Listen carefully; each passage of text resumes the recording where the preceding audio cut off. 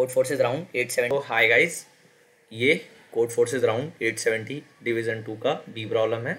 इस प्रॉब्लम का नाम है लूनेटिक नेवर कंटेंट। इसमें आपको एक एरे गिवन होगा, पॉजिटिव इंटीजर्स होंगे उसमें, और आपको एक फंक्शन गिवन होगा एफ ए कमा एक्स। उस फंक्शन में हर एक जो एलिमेंट है उसको मॉड करना हमें एक पर्टिकुलर इंटीजर से, एक पर्टिकुलर वैल्यू से। जैसे इसमें गिवन है एफ ए कमा एक्स इक्वल्स टू ब्रैकेट में A1 mod x comma A2 mod x up to AN mod x.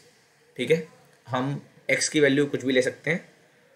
So mod करने पे हमारे हर एक एलिमेंट पे कुछ ना कुछ वैल्यू बचेगी। मान लीजिए यहाँ पर 4 वैल्यू थी और मैंने x को सब में 2 ले लिया। सो 2 मॉड 4 0, या 5 थी वैल्यू, सो 2 मॉड 5 1। ठीक है, हमें एफ ए कमा एक्स का फंक्शन यूज़ करके उस पर्टिकुलर एरे पे ये वैल्यू, जो हमारी वैल्यूज़ आएंगी मॉड करने के बाद हर एक एलिमेंट को, जो वो हमारा एरे है वो बाद में मॉड करने पे पैलिंड्रोमिक होना चाहिए। मतलब कि पैलिंड्रोम होना चाहिए वो पर्टिकुलर एरे इस फंक्शन का यूज़ करने पे। और हमें इस प्रॉब्लम में जो हम x यूज़ करेंगे उसको मैक्सिमाइज़ करना है। मतलब कि कोई ऐसा बिगेस्ट इंटीजर जिससे कि हम सारे एलिमेंट्स को मॉड करें और वैल्यू, और जो वो पूरा एलिमेंट है फिर वो पैलिंड्रोम हो जाए। कहने का मतलब जैसे ये है 301, इसको ले लीजिए आप 3012 301 20321। पहले आप इसका आंसर देख लीजिए। आंसर इसका 2 है। अब देखिए 2 कैसे है। 2 को मॉड करिए। 2 को मॉड करेंगे तो ये 1 आएगा, ये 0 रहेगा, ये भी 1 आएगा, ये 0 रहेगा, ये भी 0 रहेगा, ये 1 आएगा, ये 0 रहेगा, ये 1 आएगा। अब ये देखिए 1 0 1 0 0 1 0 1, ये एक पैलिंड्रोमिक एरे बन गया है। दोनों तरफ से सेम है। इधर से पढ़िए या इधर से देखिए या इधर से देखिए। सो यहाँ पे जो बिगेस्ट वैल्यू थी वो हमारी x इक्वल्स टू 2 थी, जिससे कि हमने इन सारे एरे के एलिमेंट्स को मॉड किया और हमारा जो एरे रिजल्टिंग हुआ वो हमारा पैलिंड्रोमिक बन गया। ठीक है, सो ये प्रॉब्लम। सो अब हम इसके सॉल्यूशन की तरफ मूव ऑन करते हैं। जैसे कि हमारा ये फंक्शन गिवन था, तो हम दो वैल्यूज ले लेते हैं। पहले 8 और 14 ले लिया, सॉरी 8 और 14 ले लिया। अब हम ऐसा कुछ करें कि इन दोनों जगह पर सेम वैल्यू हो मॉड करने के बाद। सो हम देख रहे हैं कि 1 से नहीं होगा, 2 से तो डिविजिबल हो जाएगा, 2 से भी आ गया, 3 से भी 3 2 6 3 4 12। ठीक है, 3 2 6 3 4 12, 3 से भी आ गया, 4 2 8 4 14, 4 से नहीं होगा, 5 से नहीं होगा, 6 से होगा, 6 में भी 2 बचेगा, 2 बचेगा। अब देखिए 2 3 और 6 ये हमारी वैल्यूज़ हैं। लेकिन एक चीज़ देखिए कि हमें लेना है मैक्सिमम, हमें लेना है ग्रेटेस्ट, जो सबसे बड़ा हो। तो 8 और 14 के केस में जो वैल्यू होगी वो होगी हमारी 6। ठीक है, ग्रेटेस्ट कॉमन डिवाइजर लेना है, सॉरी ग्रेटेस्ट वैल्यू लेनी है। सो उसमें वैल्यू जो होगी वो होगी 6। ठीक है, और 6 क्या है? जस्ट इन दोनों का एब्सोल्यूट डिफरेंस। एक और देख लीजिए, 25 और 17 ले लीजिए। ठीक है, 17 और 25 का डिफरेंस क्या है? 8। अगर मैं 8 से इन दोनों को मॉड करूँगा, 8 से 24 1, 8 to 16 1, ये दोनों भी इक्वल हैं। सो ये पैलिंड्रोमिक एरे बन गया। ये तो आपने समझ गया कि हमें इसमें कुछ डिफरेंस पे खेलना है। मतलब दो एलिमेंट अल्टरनेट, मान लीजिए 1 2 3 4 5 6 है। सो इसका एब्सोल्यूट डिफरेंस, इसका एब्सोल्यूट डिफरेंस, इसका एब्सोल्यूट डिफरेंस। अब देखिए एल ले लीजिए 14 8, 14 ले लीजिए दोबारा 10। इन दोनों का डिफरेंस है हमारा 4, इन दोनों का डिफरेंस है हमारा 6। ठीक है, 4 से करने पर यहाँ पर 2 आ रहा है, यहाँ पर 2 आ रहा है, 6 से करने पर यहाँ भी 2 आ रहा है, यहाँ भी 2 आ रहा है, लेकिन हमें x की वैल्यू सेम लेनी है। सो अगर हम इसका GCD निकाल दें, GCD की वैल्यू क्या होगी? हमारी GCD की वैल्यू होगी 2। सो जब GCD निकाल देंगे हम 2, तो ये देखिए कि अल्टरनेट जो हम एलिमेंट्स थे उन पे अगर हम इम्प्लीमेंट करेंगे तो रिमाइंडर दोनों वैल्यूज़ पे सेम बचेगा। यहाँ पे तो सब पे ज़ीरो हो रहा है। मैं आपको एक एरे एक और लेके दिखाता हूँ। ले लीजिए यहाँ पर आप एक मिनट, 7 ले लीजिए, यहाँ पे 5 ले लीजिए, और यहाँ पे दोबारा 8 और 14 ले लीजिए। सो 7, 5, 2, 8 और 14, ये हो गया हमारा 6। 2 और 6 का जीसीडी है हमारा 2। अब देखिए जब 2 से मॉड करेंगे 7 को तो हमारा होगा 1, ये 0 होगा, ये 0 होगा, ये भी हो जाएगा 1।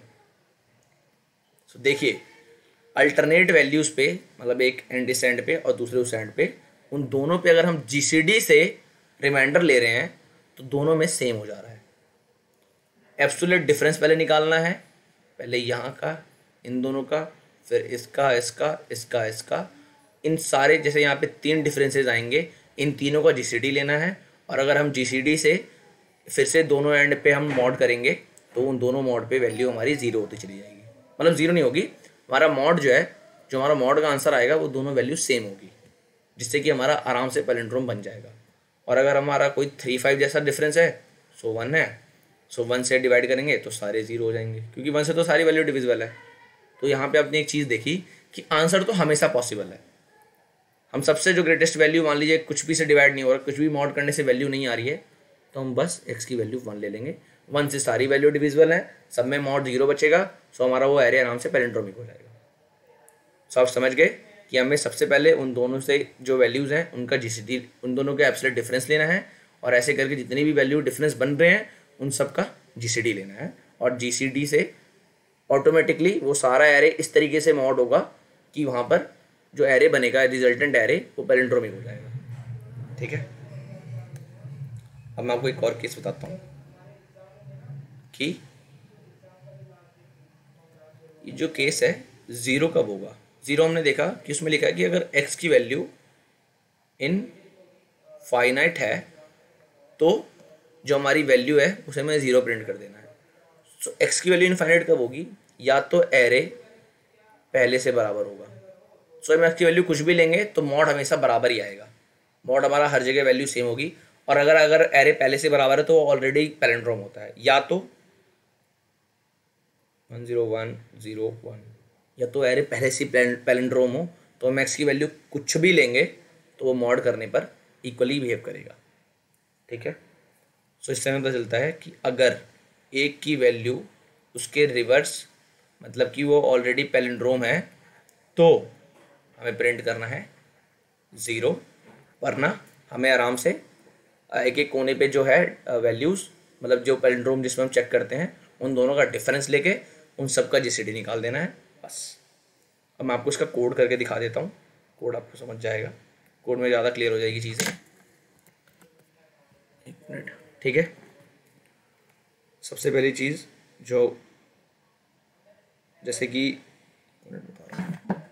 सॉरी, पहले तो हम ले लेते हैं टेस्ट केस इनपुट। ठीक है, इंटीजर ले लेते हैं वैल्यू, लेंथ एरे की, एरे को ले लेते हैं,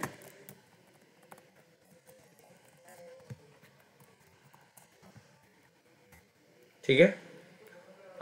अब चेक करते हैं कि अगर वो पहले से पैलिंड्रोम है तो जस्ट प्रिंट कर देंगे 0, एल्स एक एरे ले लेते हैं रिजल्टेंट नाम का, for I in range n। Palindrome ऐसे ही चेक करते हैं ना n/2 लेके, ताकि वो हम आगे की वैल्यू, आगे का इंडेक्स फेच कर सकें। अगर तो सो कुछ नहीं, हमें पहले तो उनका डिफरेंस हमें स्टोर करना है, मतलब उनके सारे डिफरेंसेस का जीसीडी निकालना है ना।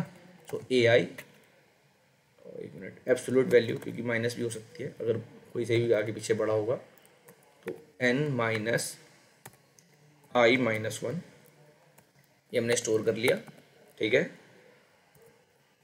एक वैल्यू ले लेते हैं, जीसीडी ऐसे निकालेंगे, r इक्वल्स टू रिजल्ट 0 हो गया। एक मिनट, यहाँ पे एक और आएगा, जीसीडी निकालने के लिए हम लोग 1 to लेंथ ऑफ रिजल्ट चलेंगे, और r में मैथ डॉट जीसीडी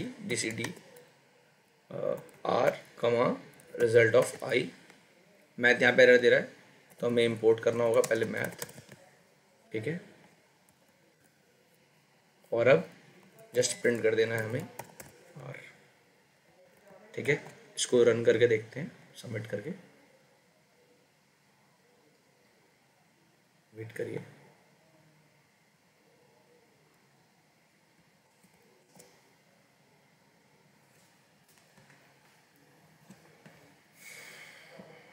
देखिए एक्सेप्टेड है, ठीक है, थैंक यू।